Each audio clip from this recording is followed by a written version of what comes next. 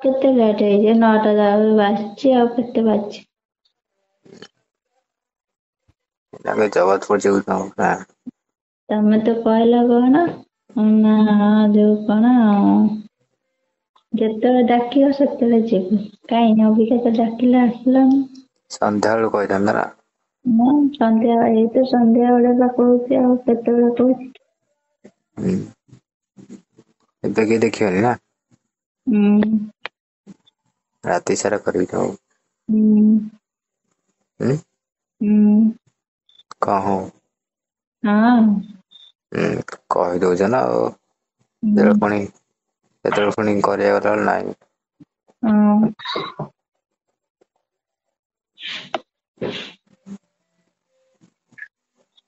ଆଉ କଣ କୁହ ଆଉ ସ୍ୱାମୀ ଆସିନାହାନ୍ତି ହଁ ଆସିଥିଲେ କଣ ହେଲା କରିନାହାନ୍ତି ମୋର କଜିଆ ହେଇଛି କଣ ପାଇଁ ଆଁ ମୋ ତ ଝିଅ ଭଲ ନାଇଁ କରିବେ କଣ ତାର ଏତେ ସାହସ ସେ କରିବା ଆଉ ତମ ସ୍ୱାମୀ ନା ଆଉ କଣ ସିଏ କରିବେନି ସିଏ ନା ମୁଁ ଅଛି ଖାଲି ତାଙ୍କର ଛିଡା ହଉଥିବେ ତମେ ମନା କରିଥିବ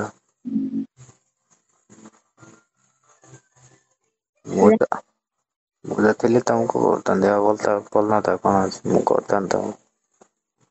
ସେ ଘର କଥା କିଛି ବୁଝୁନାହାନ୍ତି ହଁ ଆସିକି ରାତି ଅଧରେ ଆସିକି କିଏ ଯୋଉ ଟୋକା ଗୁରା ଆସିକି ଯୋଉ ପାଚେରୀ ଦେବାଲ ଗୁରା ସବୁ ଭାଙ୍ଗି ସାଇଲେଣି କହୁଛନ୍ତି ଗାଈ ଗୋରୁ ଆସିକି ଭାଙ୍ଗୁଛନ୍ତି ଏତେ ଦିନ ଭାଙ୍ଗିଲେନି ଆଉ ଇଏ ଭାଙ୍ଗୁଛନ୍ତି କୋଉ ଦିନ ରୁମକୁ ପଶି ଆସି ଦେଖିବ ମୁଁ କହିଲି ଏଠି ଗେଟ କରିବା ଆଉ ଗେଟ ଯୋଉ ତାଲା ପକେଇଦବା ଆଉ ଗେଟ ବାଲାଙ୍କୁ ଆସି ଡାକି ଆଣ ଏଇଠି ମାନେ ମାପଟା ଦେଇକିନି ଯିବ ନା ହଁ ମାରୁଛନ୍ତି ହେଲେ କରୁନାହାନ୍ତି ଆଉ ସବୁ କଥା ତ ମୁଁ ବୁଝିବି ତମେ ଖାଲି ପଇସା ଦେଇକି ଯିବୁ ତ ମୁଁ ତ ସବୁ କଲି ତମେ କାହିଁକି ଅଯଥା ହୁଁ ସବୁଥିରେ ମୁଁ ବୁଝିବି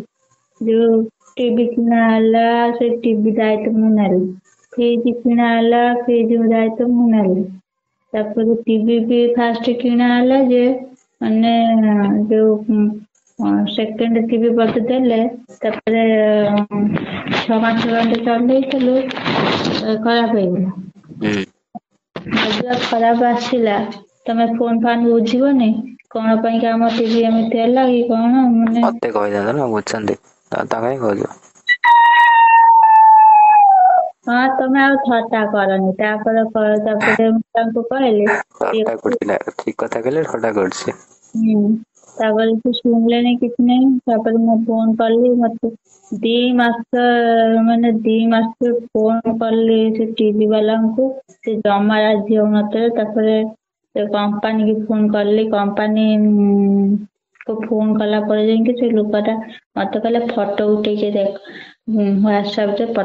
ପଠେଇଲା ପରେ ଯାଇ ସିଏ କହିଲେ ସେ ଠିକ ହବନି ତମେ ଆଉ ଗୋଟେ ନୂଆ ଟିଭି ନେଇଯାଅ ସେ 2 ମାସ ନାଗିଲା ମୁଁ ତାଙ୍କ ସାଙ୍ଗରେ ମାନେ କଣ୍ଟ୍ରା କରିକିନି ଆଉ ଗୋଟେ ଟିଭି ଟା ଆଣିଲି କିଛି ଗୋଟେ ବୁଝିବେନି ଯାହା ବି କିଣା ହବ ମୋ ନମ୍ବର ଆଗେ ଟିକେ ଦେଇଦେବେ ତାଙ୍କ ନମ୍ବର ଦେବେନି ସବୁଟାରେ ମୋ ନମ୍ବର ଦିଆହବ ତମର ଦେଲେ ଭଲ ନା କଣ ଖରାପ କଣ ହଉଛି କଣ ତାପରେ ତାପରେ ଖାଲି କହିବେ ହଁ